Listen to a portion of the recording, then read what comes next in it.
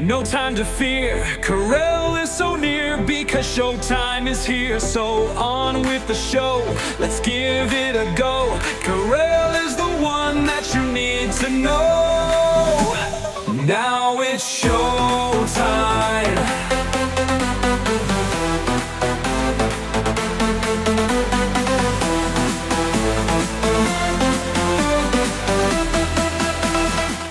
All right, it is This Gay Week with Karel here on Thursday, August 20th, and Scott Jacobson of the Good Man Project, who is in Kiev, Ukraine, which is not a good place to be in tonight, and we'll tell you why as soon as we start the show, so don't go anywhere.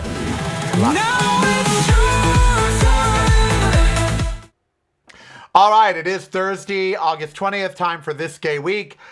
We've got Scott Jacobson standing by in Kiev, Ukraine, and Scott, as we were having technical difficulties, you were telling us that y'all have been told, because for you right now it's nighttime, middle of the night, basically. And for y'all have been told that tonight, to quote Rod Stewart, tonight's the night.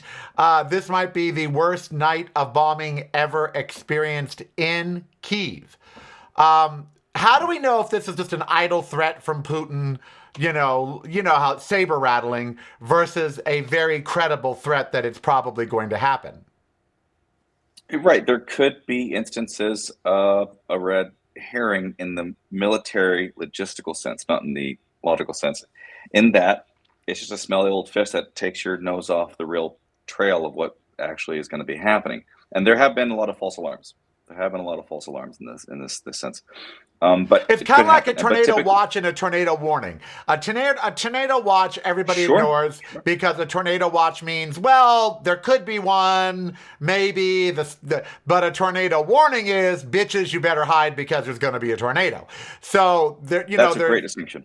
There are two separate things. So would you say tonight is a tornado watch or a tornado warning? Tornado warning. There's been several over the last couple of weeks, but this is the first one I've been told may be the worst.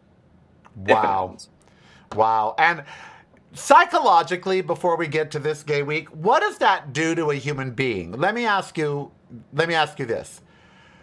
As humans, when something is overwhelming, and particularly like the thought of death, it's like when you live in California. You know the big one is coming. And you know that when it comes, it's going to kill a bunch of people, maybe even you. You kind of prepare for it, but you don't think about it every day, even though at any moment the San Andreas could let loose. But you don't really think about it because you think, I'll deal with it when it gets here. I know it's a very real possibility, but I'm not going to let it rule my life. Is living in Kyiv right now sort of like living on the San Andreas Fault? You know it's going to blow, you just don't know when? And I've been here for more than 6 months, pretty much consecutively. And it's more or less routine at this point with the bombings. And, they blew up a hotel 400 meters away or something a few weeks ago. That's 1,200 feet for you Americans. That's only 1,200 feet for you Americans, or 4 football fields. That's it. Right. I did some field review of the site the morning after, and the top of the building was blown off. Concrete was on the bottom, and water was gushing out of the top of the building because they'd blown up some pipes too. And you were on our air when that happened. You heard it happen on our air. You heard that when we were taping the show. So you heard that hotel get bombed. Well, you are downtown Kyiv, and that's a place they'd like to. Let me ask, in Kyiv, where is the central government? Where is that? Is it near you? Basically. Well, I mean, if there was a courthouse or whatever, is that near you? I don't want to give away too many details, but I am in Pechersky district, which is pretty much the central district. Oh, Lord. Well, I'm not comforted I just want you to know I'm not comforted by any of this. I'm not happy about any of it. And I want you out of there. When are you leaving? Are you staying for a year? So I have some plans, which I cannot reveal yet. I have had invitations to even more dangerous areas. Oh, I am unsure whether or not I will take those up.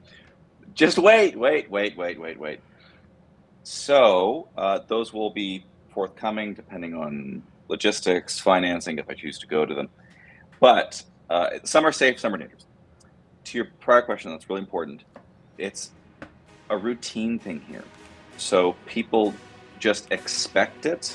And so when you try to break a morale to a war that has lasted as long as this has, longer than World War I, longer than the Soviets fought the Nazis, longer than the American Civil War, when it's expected and routine, it's not as much of a morale-breaking thing anymore. It's a tragedy for people to have been killed. It's a hassle. If you're not visiting reallycorel.com daily, you're missing out. Get the podcast, videos, and the blog, including recipes at reallycorel.com. Well, That's really KAREL.com. Showtime is here, no time to fear. Corel is so near because showtime is here. So on with the show, let's give it a go. Corel is the one that you need to know. all right. Scott is in Kiev, and I think the term I was thinking of is bend but never break me. That's basically what you're saying? Is morale-wise, this bends people, but it doesn't break them. They are steadfast that they are going to get through this. I just don't know how this ends. I really don't. We've had the UN working on it. We've had Trump working on it. We've had Macron working on it. We've had so many leaders in the world that have tried to negotiate peace, and nothing's come of it. I don't know how this ends. I don't know what's going to make Vladimir Putin happy. He's not going to get the Crimea. A win for him right now would just be to just stop the war. Take what he's gotten and just go on. But I think he wants more, and I don't think he's going to get it. So it's just going to be like a stalemate back and forth ad infinitum, and that's really scary. We have the footnote to the American case. They have done some helpful things. They have done more optics of helpfulness because 6 arrest warrants are from the International Criminal Court for 6 senior officials of the Russian Federation for allegations of war crimes. Now, the United States currently is sanctioning the ICC and head officials of the ICC and deliberately putting out, through Marco Rubio, a targeted attack on the legitimacy of the ICC. In addition, the Trump administration, also with Marco Rubio as a spokesperson, has been actively reducing funding and support for the United Nations. Therefore, the United Nations works at reduced capacity. When I interviewed one of the commissioners for the UN Commission of Inquiry on Ukraine, Brenda Grover, who's an advocate for the Indian Supreme Court, she put it as the liquidity crisis of the UN. So when they're trying to do these investigations through this commission, they have reduced capacity, therefore they have to be picky. And when they do pick something, they can't go as full bore as they would like to otherwise. So helpful, but more helpful in terms of optics, as per the Instagram the War Secretary, Mr. Hegseth, but a lot of moves to be non-helpful. But generally, because they're doing a general attack on these institutions, but the derivative secondary effects are very specific to this particular war, which I happen to be living in. God, I hope for the Ukrainians that it ends soon, and for you, so you can get back to the safety of Canada. Although Trump is once again 50% tariffs on hold for 3 days because a deal is closed with Canada, and somehow I don't think Canada's really dealing with him. I think they're just, I don't know what they're. How do you deal with that man-child? You don't deal with Trump. You manage. Exactly. So, and Canadians are done. Y'all are done. Canadians are done with us. They're not coming here. The people now, they just did a poll in Canada, and normally the U.S., well, Americans, not the U.S., but Americans normally pull very high in Canada in terms of likability. Oh yeah, we love Americans, whatever. Now we're underwater. Now 64% of Canadians said they have a negative view of Americans. So he is destroying just our reputation, particularly with Canada. You guys are done. You're not on board. You're not liking this. That's an interesting frame too, because you said Americans in that Yes. survey. That's different than American values that they're targeting. That's a very subtle distinction.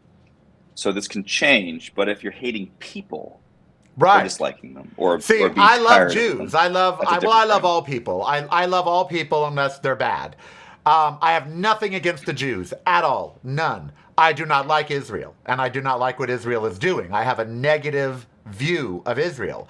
I have a positive view of Jews. I have a negative view of Israel, because to me they are two different things. The rank and file Jew is not controlling Netanyahu. Netanyahu is a war criminal, and he's committing genocide. So I'm not happy with that. But the Jewish people, I have, but I feel the same for the Palestinian people. And no, I do not like Hamas. I always have to qualify that. I don't like Hamas, but I don't like MAGA. So, but I don't like Hamas. They're worse than MAGA. I have to clarify that statement. But that being said, you can, for instance, I can love America or Americans and still hate MAGA. And I can love the Jews and the Palestinians, but still hate Hamas. You mentioned Pete Hegseth. The other day I called him a ho-brosexual because he just seems like he has sex with bros to me. He's all worried about testosterone, push-ups, pull-ups, and uniforms. And it's like, dude, just gay out. There have been some reports. There's an unhealthy number of men, even young men, taking supplemental exogenous testosterone, which isn't necessarily helpful. As far as I'm aware, and it's not good these for you. type of things are quite sensitive. Yeah. It's only in medical contexts where there's a necessity. Yes. They have asked me if I want it, and I've asked them, well, why? And they said, well, your T isn't low. I don't have low testosterone. But as I age, it is dropping, and now it's in the 400s, which is normal for a guy my age. But they said, look, anything below 200 and we're going to want you to take it. And when I looked at my late husband, Andrew, he had HIV and they had him on testosterone. The side effects, people act like there are there are side effects. And one of them is increased aggression and anger and mood swings. And growing hair on the palm of your hand where you apply the androgel. It's called androgel. That's what it is. It's a gel. And you rub it right here or right here. Andrew used to take it. Anyway, speaking of Russia, there is an organization that is 20 years old, started in 2006. It is stopping now. And it's very sad because from everything that I've read, it is possibly the only hope that many gays have in Russia for information, for community. But it was called the Russian LGBTQ Network, and it was a public organization which has advocated for rights for LGBTQ people. They've announced they're shutting down. And this was after a court ruling, I guess the St. Petersburg City Court. And it goes to what we were speaking about last week about language. The St. Petersburg City Court designated them extremist. And so once they were designated extremist, they decided to call it quits. And I think we talked about this last week, that this is how they're framing LGBTQ rights and LGBTQ organizations, not just in Russia, but across the globe, including the United States. They're trying to label anyone that's pro-gay or a gay ally as an extremist. And as I said last week, they're doing it because it's effective. And look at the story we have this week. The court labels them extremist, and suddenly they're quitting. And that's really sad, actually, because they've been around 20 years. They've weathered hostile environments there for 20 years, and all of a sudden, one word has caused them to shut down. Now, I don't know. I guess in Russia, if you're labeled an extremist, you can be rounded up or jailed or killed or... There are some things are more extreme penally there and therefore legally. So those terms could have severe consequence. They just jailed the leader of the minority-only anti-war party that is available in Russia, with the leader now in jail for something like 11 years, if I recall correctly. And this is a person who's anti-Ukrainian war. Just end the war. Right. Do Ukrainians have any idea how average rank and file Russians feel about the war? Do we have any idea? Would Putin even let that get out? I mean, are they? I would think they'd be against it after all this time. That they're tired of the sanctions and they're tired of, for nothing. They're not getting any rewards. It's mixed. I mean, you can do a couple of things. One, you can survey prisoners of war of Russian nationality and descent who have been captured by Ukrainians, and then analyze the responses to that. Do they believe the war is justified? On what grounds did they believe it? That Ukrainians are inferior, that it's the right thing to do, that they think it's part of the retaking and reinstatement of the losses of the Soviet Union, which Mr. Putin called the greatest tragedy of the 20th century, the collapse of the Soviet Union. Or you can go to state sources of the Russian Federation, which are not likely to be accurate in terms of support for the war. If I recall one correctly, that was done by the Russian Federation at the start of the full-scale invasion, or a little bit after. About 2/3, approximately, had reasonable support for the war. However, if you have near total control of the media and the state institutions, or the propaganda system, it becomes a lot less reliable to... Well, it's what's happening here in America. You would think if you watched Fox News or News Nation or Newsmax that everyone loved Trump, that MAGA's great, and all, but that it's propaganda. That's just not true. And they are a minority. What's sad is that Russia is taking their time. They're at war. They've got greater issues. And yet here we have this organization which has been around for 20 years, the Russian LGBTQ organization, stopping mainly because of the case that we covered, where there were 3 Russians that were arrested for, I guess, providing space for LGBTQ people. Yes. They were arrested on June 29th, and a court in Orenburg sentenced these 3 people. We didn't know their sentence. Now we do. They've been sentenced to up to 7 years. It was the art director, the owner, and another person from this club, Pose, the club Pose. And so it was in that trial that they labeled LGBTQ extreme, and that led to the closure of this organization. So they banned LGBTQ propaganda, as they called it. They banned LGBTQ safe spaces and all of that.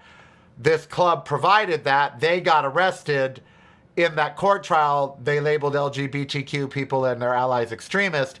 And now the oldest LGBTQ network in Russia, the Russian LGBTQ network, is closing. I think what we can get before going to break from all of this is that right now is not a great time to be gay in Russia. And I have to wonder, are they cracking down on the gay community in Russia harder because of the war?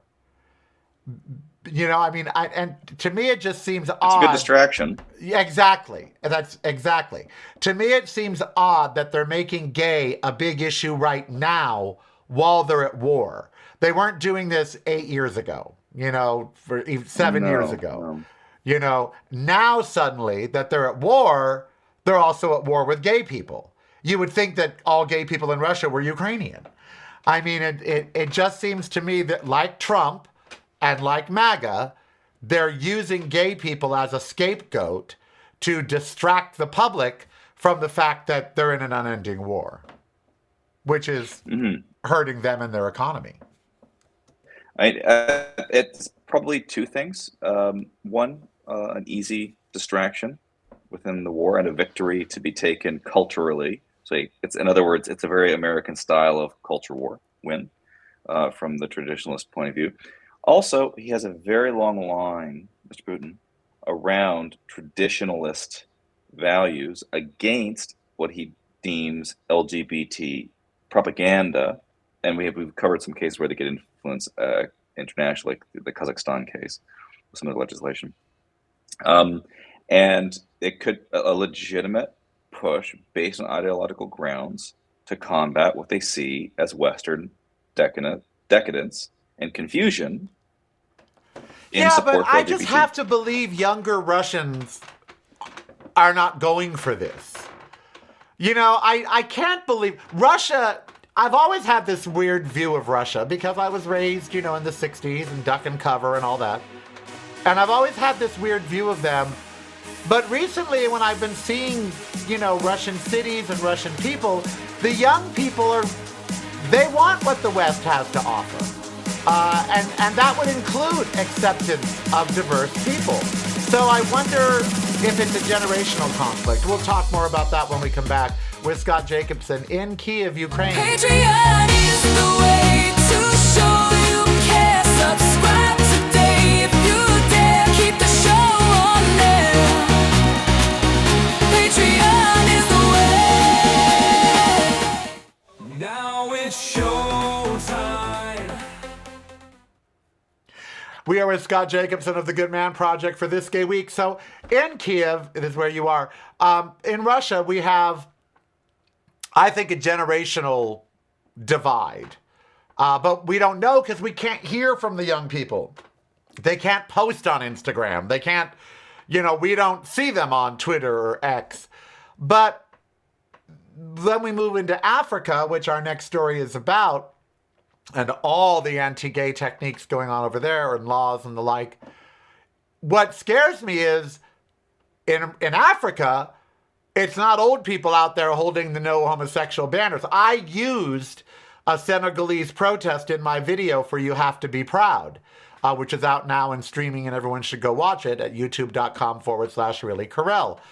And it's the sign that you sent me in this ad, non è la homosexualité, which actually sounds kind of nice, but it means no gay people, no homosexuals. You know, it sounds nice, but isn't. And it's young people.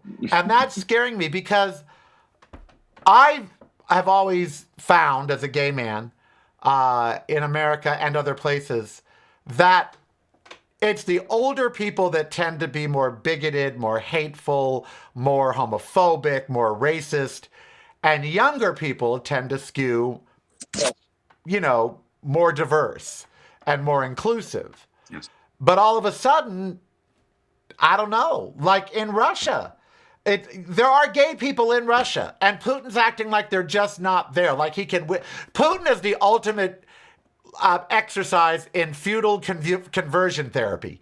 He is out there trying to convert everyone to be not gay, and it's not working. There are still gay people. And so he thinks he can legislate them out of existence. Africa thinks they can legislate gay people out. Every country since the dawn of fucking countries has thought that they could legislate gay people out of existence, and it hasn't worked. So why haven't they learned? I don't understand. Vladimir Putin has been trying to eradicate gay people in his country since he took office. Has he done it? No. You would think he'd get the point. On other subject matter, I believe there is still the flat earth society. Some sectors of society do not learn, period. No, you can't fix stupid. You know, no matter the age. And this, of course, goes to Africa. We talk about Africa every fucking week, and people wonder why. Carell, why do you talk so much about Africa? Well, the stats on Africa are overwhelming. It is quickly emerging as one of the world's biggest economies and will be the world's biggest economy within the next 10 years. There is investment, crazy investment going on all over the country, you know, from American companies. And of course, American social organizations and churches and all that are invading Africa and have forever, since the 1700s, to inflict their beliefs on Africans. The Catholic Church certainly has a foothold there. And now conservative groups, anti-gay conservative groups, are flooding Africa because it is the world's, I guess, last frontier. It really, if you think about it in terms of the population and the size and the fact that it's very rapidly modernizing, coming in, which is sad for all the animals that live there, but it's very rapidly coming into the new age. But the sad part is that as it comes into the new age, it's bringing old age bigotries and phobias, racism, homophobia, all that. It's actually bringing those with it. These draconian, colonizing, sentiments. I heard an interesting thing, Scott, and you didn't send me a story about this, and you didn't know that I was going to talk about this, but I heard an interesting thing from a black person. He was asked a question here in America by a gay black man, and he said, why are we, meaning blacks, so homophobic? We know what it's like to be marginalized. We know what it's like to be oppressed. And yet gay black people are afraid to come out because their culture just does not accept it. And the guy that he was asking on this panel thought for a moment, this very learned individual, and he said something that was really powerful. And that was that if you are black and you find yourself exhibiting racism or homophobia, what you're really exhibiting is the values and the traditions of your colonizer. You are not exhibiting the values and traditions of your people. You are exhibiting the values and traditions of your colonizer and of your captors.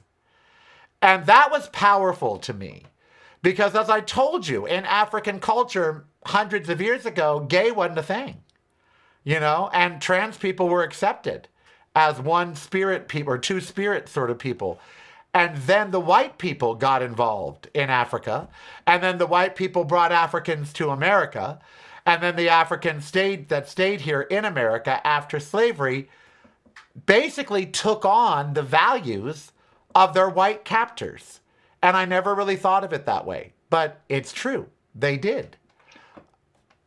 Yeah, they've had three issues staying back a long way in two successive waves, and then one more perennial. So, they have their traditionalist superstitions. That's part one. That still are contemporaneous, but sort of warped or disappearing.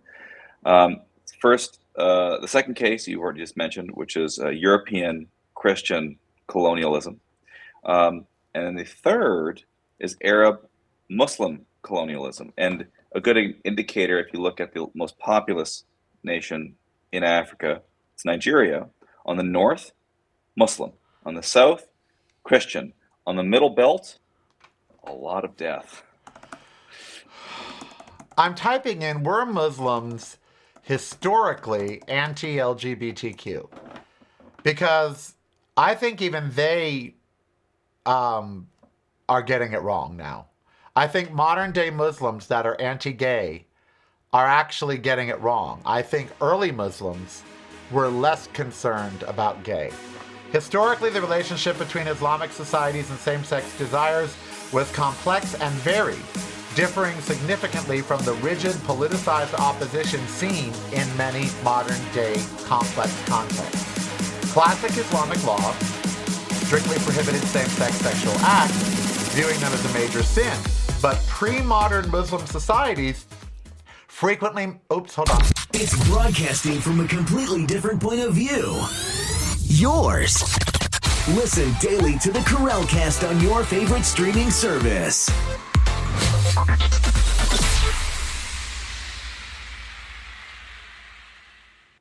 You're listening to the Corralcast. Driving you home or driving you crazy. It's broadcasting from a completely different point of view. Yours. Listen daily to the Corralcast on your favorite streaming service.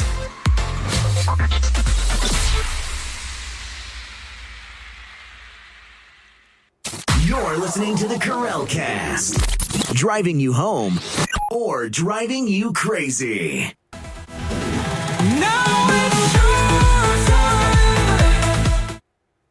So I was right.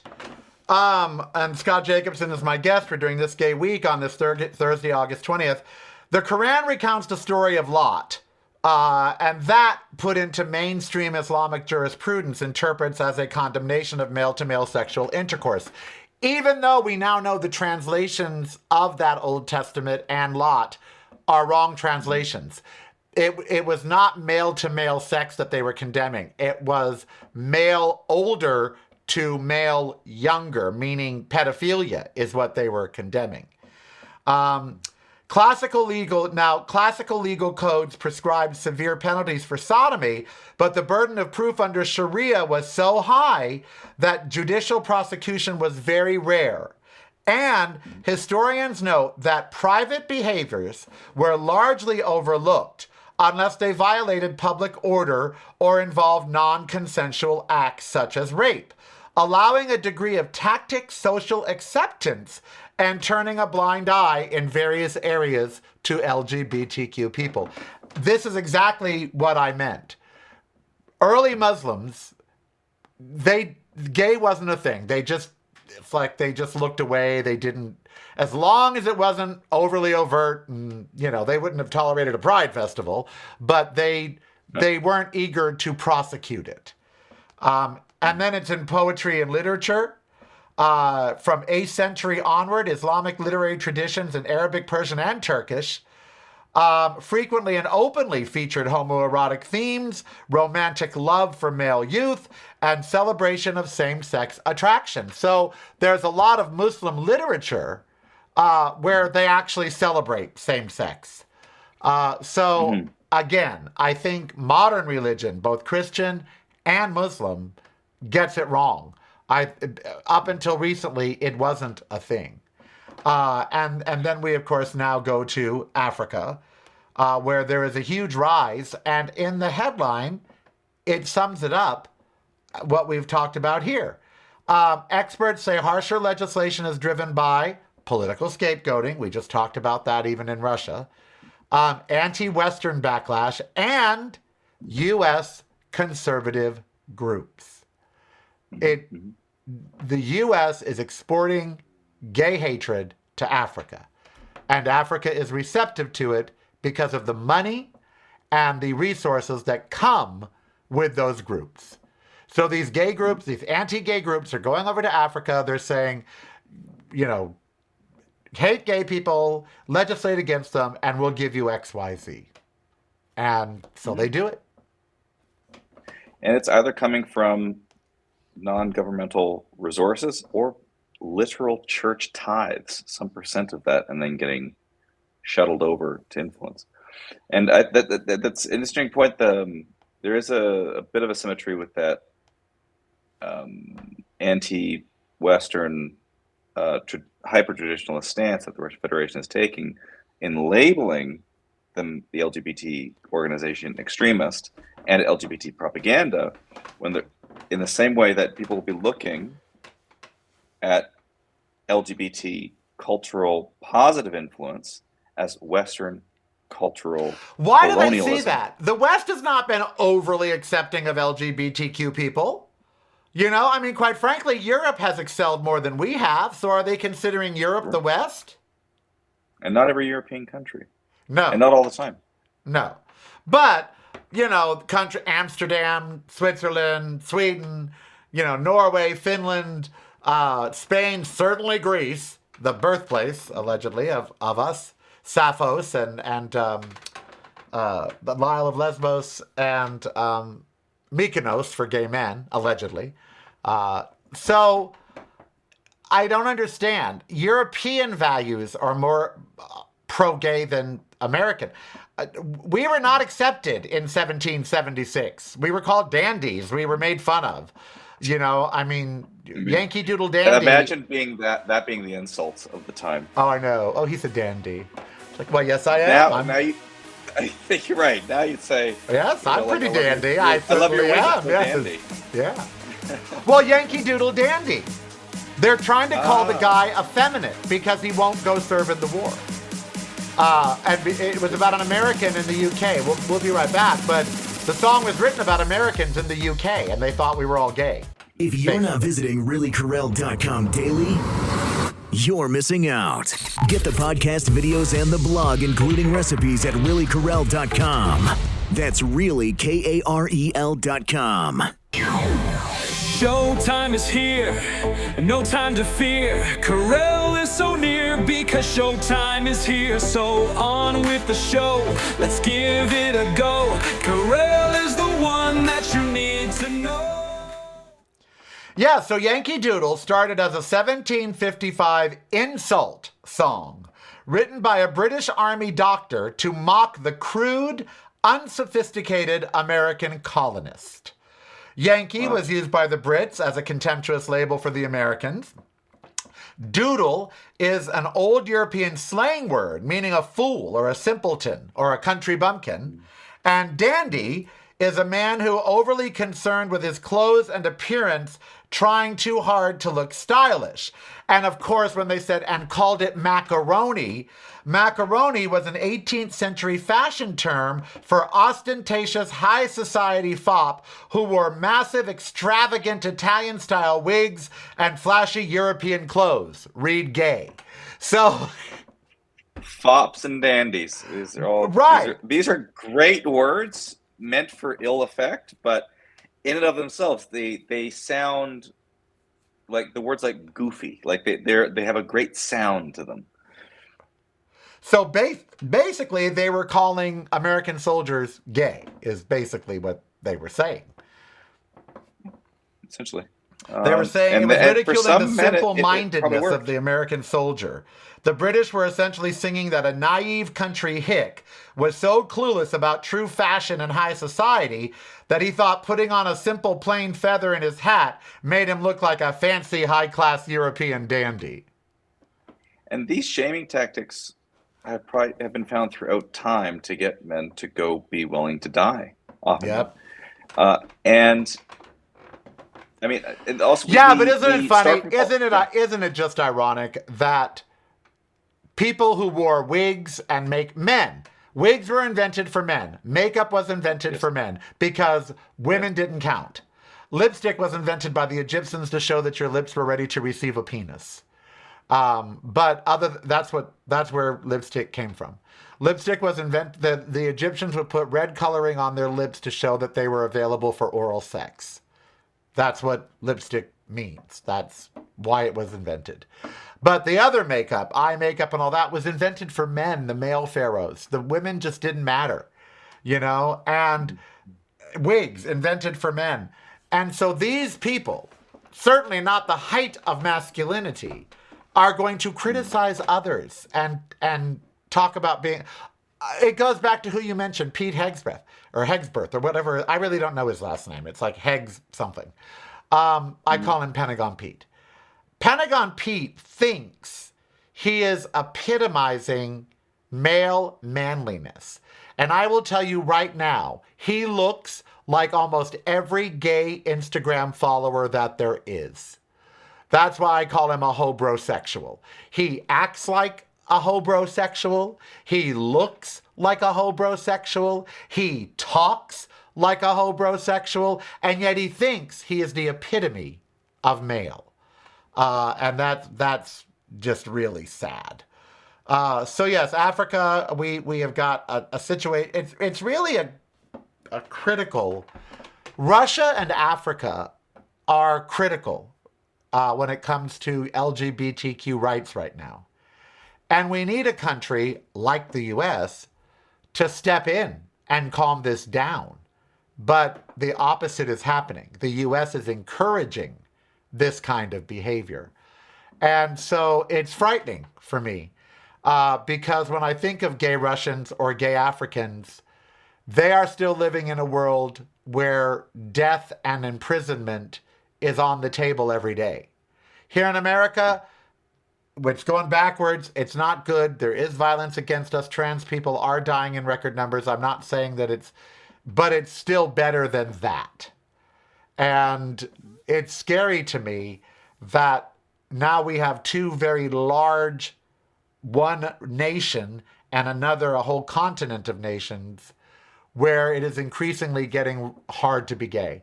And India is still struggling with LGBTQ rights. We make some advances there, and then we get setbacks. And then, Very complicated country. Yeah, and also very diverse, like you said, in religion. Some of them are Hindi or Hindu and Muslim, and there's some Christians. So it's just scary that the biggest land masses in the world, Russia, Africa, are turning so anti-gay when historically it wasn't that way, even in Russia. Before Putin, under Gorbachev and stuff, gays, he had other fish to fry. There were other issues. There was a Cold War going on, and there was oil problems and all of that. But now it seems that Putin is obsessed with it. So you know what that means, right? He's in trouble. He's a closeted gay. That's usually what it means. I thought that was meant for Mike Pence. Well, hello. I mean, he calls his wife. And in fact, he calls his wife mother. Creepy.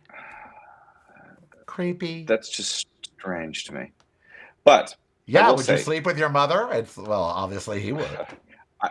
I only had 3 points of big picture to add to this in terms of that sort of more specified commentary that you gave. 1 and 2 are connected. A lot of this stuff has almost nothing to do with the other person. It's simply in terms of who you love, public, private, and what you do in the bedroom. What does it matter to you? That's part 1. Part 2, which is the third point, I don't see acceptance and equality for gay people, LGBTI+, as a Western value. I see it as just a value of equality that you just see propped up in different sectors of the world throughout time. And in some areas of time, you do see it get institutionalized, like in parts of the EU or the UN.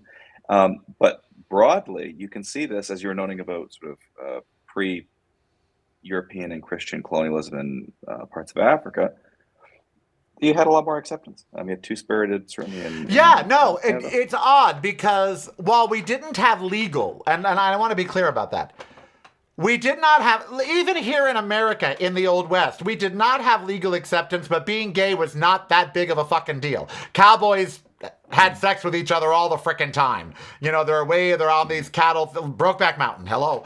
They're out on these cattle runs. There's no women around for months. A guy's got to do what a guy's got to do.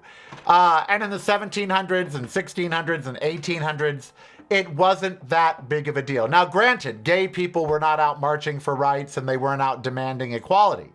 I think as gay peoples, I think the root of all of this in Russia and Africa and here in America is that straight people in power were fine with gay people as long as they were out of sight, out of mind. Didn't talk about it. There is a plausibility to that hypothesis. Didn't see it, didn't talk about it. Then gay people got tired of oppression, of not having equal rights, of not being able to get married, especially during AIDS in the 80s, where we could have our whole life taken from us because a family swoops in because we have no legal right to the house we're living in because we shared it with our partner and we couldn't legally be married. So they would throw gay people out into the streets. So then gay marriage became crucial. And that's what really started the gay marriage movement in the United States is AIDS. Gay men were not just sitting around going, gee, I'd love to be married. No, that's the last thing on our minds. But because we were getting rights denied because of AIDS, suddenly we knew the only way through that was marriage. And that's where marriage equality came from. And lesbians, of course, benefit from that as well. But it wasn't until we started speaking up and demanding rights that the anti-gay backlash started in earnest. In other words, when we were out of sight, out of mind, when we weren't demanding equality, when we were just being quiet and cowering, straight people were fine with us. When we suddenly wanted to be open as teachers and wanted to be open as at work and wanted to be open in our lives and have our identities recognized, that's when people started having a problem with us. There is an analogous case. You see that with commentaries around the atheist community. You've probably gotten these similar responses of, I'm okay that you do not believe in God. Why do you have to be so vocal about it? Right? It's the same kind of sentiment. But they're not understanding that as Christians, they're more vocal about their belief in God. You know, I would like to return that statement around. I don't care if someone believes in God. I just don't want them to be vocal about it because I think they're insane. And I think trying to put it in schools and, you know, crosses on the walls, and I think that's insane. It's just... Who shows up to your doors in the United States? Jehovah's Witnesses. Yes. Church of Jesus Christ of Latter-day Saints, Mormons. Yep. And who else? That's it. Not Jews, not Muslims, not Catholics. Hare Krishnas at beaches. Well, in airports too, yeah. Well, they used Sure. to be at airports. It was a big joke at airports. They'd be there bald with their tambourines, Hare Krishna. I was just watching funny you bring them up. I was just watching a Charles Manson thing on Netflix, the Charles Manson tapes. It's a new show on Netflix. I had no idea he wrote a song that the Beach Boys sang. I had no idea that Charles Manson wrote a song that the Beach Boys ended up singing. Because Dennis Wilson, one of the Beach Boys, knew Charles Manson. And Manson fancied himself a rock star. And he wrote music. And Dennis Wilson liked the song, so he bought it from Charles Manson, changed the title, changed a few of the lyrics, put the byline as him, written by Dennis Wilson, and recorded it. Manson got so pissed he put the Beach Boys on his kill list. That's how... I'm just hearing the Addams Family song in my head, but it's not the Addams Family. Yeah. It's the Manson Friends and Family. Oh, yeah, no. Now that I'm watching that show, I lived through all of that. You know, and yet I'm learning more now than when, you know, and the irony here is we look at Charles Manson as one of the greatest killers of all time. He never killed anybody, ever. Charles Manson never actually himself killed anybody. He had his followers do it for him, which is very weird as well. So the World Tennis Association, I don't know that I can do this story with a straight face. I really don't. The WTA is being called upon to drop their sex testing policy. They're testing for the SRY gene, which helps in determining biological sex and can be conducted via a cheek swab. They're doing this to make sure that women tennis players are women and that male tennis players are male.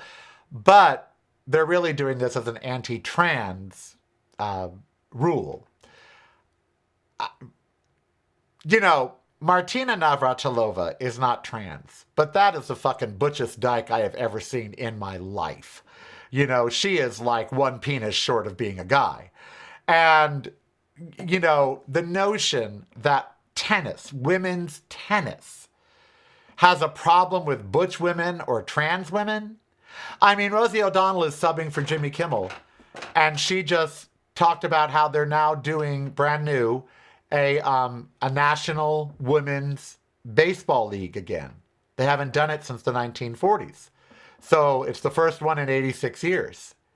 And even Rosie said, and it will be the biggest lesbian fest that you've ever seen in your entire life. Well, it's the same with world tennis. Thanks, Rosie.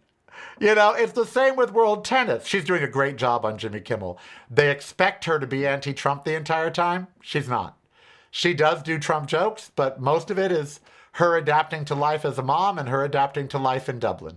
And it's funny, and you're reminded why she was the queen of daytime TV and why she was a great stand-up comedian, because she's fucking funny.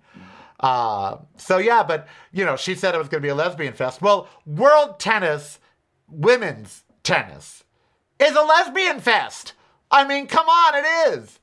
And the notion that trans women shouldn't. Now, Martina is for this, by the way. Martina Navratilova, an out lesbian, wants women to be tested to make sure they're not trans because she doesn't want to compete against trans women. Martina, a lesbian, is turning on her own people. And she said it's because if they transitioned after puberty, their legs are longer, their arms are longer, their body frame is bigger. This is from a woman who looks like a man. But their body frame is bigger, and she doesn't want to compete again. Well, she won't. She has cancer. She's dying, Martina Navratilova. But it's odd that she supports a trans ban in women's tennis, being a lesbian.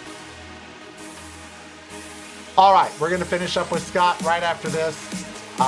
We're doing this gay week. We have a couple more stories that we're going to get to. We're having more of a roundtable this week, and I like it.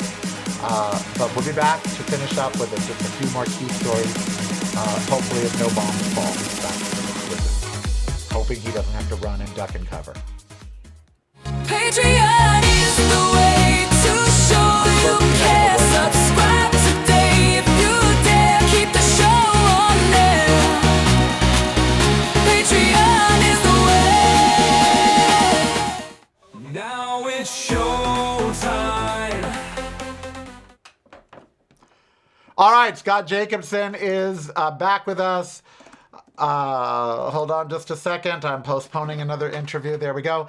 So, Scott, you picked the story because I've been dominating the conversation. I'm sorry. I'm a chatty Cathy today. Well, Kathy, You're like, today, bitch, you always talk. Today. Actually, Go on, Carter. I think we should go right into the shit thick of it. So in Senegal, they have basically anal examinations for women. So they have no scientific basis. They're used to determine sexual conduct and have long been condemned as degrading and abusive. So they're being applied to detainees, including women, and it illustrates criminalization is sort of builds on pseudo-medical examinations, which are just humiliation via the state, essentially. When the Rwandan debacle was happening, they did this to women as well. They examined them to see if they were pure or if they were virgins. And if they were found not to be, they actually would rape them with machetes, and mutilate their genitalia and all of that. I read the story and I got worried. And let me tell you, as we leave with this today, you sitting in an area where there's bombing going on, I know that all of the things we talk about here, what you're going through there in war, it isn't new.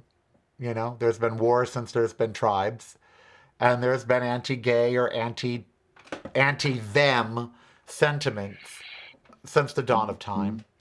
But I worry that we're starting to excel at cruelty. We are really perfecting the art of cruelty. Anal examinations on women in Senegal is one of the cruelest things I have ever heard.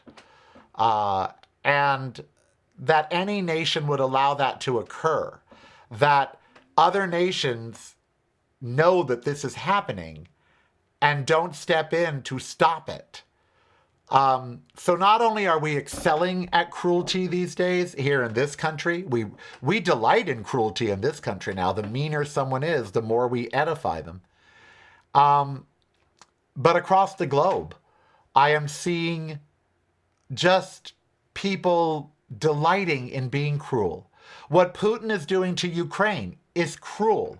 He has no reason for this. He doesn't need the Ukraine. This is strictly his ego. He wants it back because it was once his. And it's cruel. And what they're doing in Senegal to women, or the 71 men who were just arrested for being gay, is cruel. It's cruel. And it appears that we're not, as we're in 2026, we're almost a quarter of a century into the 21st century, And we're not evolving beyond cruelness. We're actually perfecting it. And that's what scares me about all of these stories, is that we seem to be perfecting the art of cruelty. I mean, I know, what can you really say? Because it's true. What you're going through there, what the people of Ukraine are going through on a daily, the fact that you guys have become numb to war, I mean, that's, and we've become numb to these gay stories that we hear every week. You and I have come out here every week. And just one of these stories should be appalling enough to get global action. Just one. Mm-hmm. And yet, another week, now they're anally raping or anally examining, women in Senegal. And for what? For what? There's nothing an anus is going to tell you about that woman, except whether she eats enough fiber. And so it's just, they're just doing it to be cruel. That's the sad part. So it's a denial of reality, and you start making fake solutions and then delegitimizing actual institutions that can do maybe not necessarily the right thing all the time, but more often than not the right thing. So defunding or reduced funding or reduced support for the United Nations, denigrating publicly in speeches the United Nations, building this board of peace to try to compete, but then comprise it full of warmongers, theocrats, authoritarians, and lunatics. So you have this type of movement ongoing. The only thing I think analogous that happened before this period that was really aligned with that was basically industrial level war, where you could really make the killing of people efficient. And that's what makes me sad. We're becoming very efficient at hatred and at cruelty. I mean, what we're doing here in this country with ICE and the detention centers and, literally putting people away in these centers, that it's cruel. It's just what we're doing, rounding them up, tackling them, terrifying them, ripping them away from their families, putting them in detention centers, when all of this should be handled civilly and by the courts. It's cruel. Sending them to other countries. Yeah, I just saw that today. Judicial systems. I just saw that today. And then clearing your hands of any responsibility or accountability. Yeah, it's cruel. I hope that one week we get to come out and have a This Gay Week where it's nothing but joyous stories. Where, You could do that. We could pick. But what I mean is, I hope that the mood changes globally. And I know it's not going to happen instantly, but I hope that more and more we see more good than bad. That's what I hope. I keep hoping. I'm not sure it's going to happen, but I keep hoping. All right, well, support for LGBT is not normative. It is aspirational. You need to, you need to stay safe. I don't like to hear that you're considering going more dangerous places, but it's your job, so, I don't like to hear it. If we were married, you would not be going more dangerous places. But I guess you don't wear. No, trust me, I've had a lot of conversations with people about things, and the universal answer is, "You fucking crazy." Well, yeah. I am Carell B. You want to be fun and hurt about it? We'll be back on Monday. Listen daily to the Carellcast on your favorite streaming service. Are you fucking crazy? Because you kind of are. You're listening to the Carellcast. Driving you home or driving you crazy. It's broadcasting from a completely different point of view. Yours. Listen daily to the Carellcast on your favorite streaming service. Martial law, right? So curfew till midnight, 5 a.m. Can't go outside. Other what they call